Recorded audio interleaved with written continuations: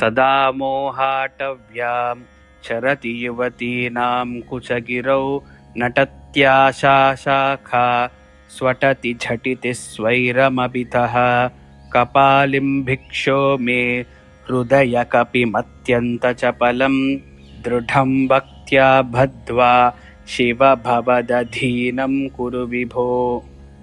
ఈ శ్లోకంలో ఏం చెప్తున్నారంటే, నా హృదయం ఎప్పుడు మోహం అనే దీనిలో తిరుగుతుంది. యువతీనాం కుచగిరవ్ సదా మోహాటవ్యాం, ఎక్కడ ఏ మోహం? చరతి యువతీనాం కుచగిరవ్, యువతుల యొక్క కుచగిరవ్ అంటే కుచముల యొక్క అంటే స్థనముల యందే ఎప్పుడు నా మనసు ఎప్పుడు అక్కడే మోహిస్తూ ఉంటుంది.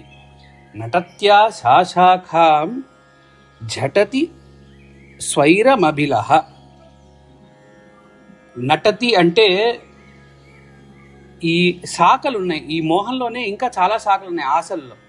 ఆ మిగతా అన్ని శాఖల దగ్గర నుంచి అన్ని శాఖల యందు నా మనసు తిరుగుతూ ఉంది. అంటే ఒక ఇది రాగానే చల్లబడట్లేదు, మిగతా అన్నిటికీ కావాలి అని అంటుంది. అంటే ఆ శాఖలు ఏవైతే ఉన్నాయో, ఆ కోరికలు అనే శాఖలు, ఆ శాఖలన్నిటి మీద తిరుగుతోంది. కపాలిన్ భిక్షోమే, ఓ కపాలం చేతిలో ధరించిన వాడా, భిక్షోమే భిక్షులకే ఆది భిక్షు అయినటువంటి వాడా,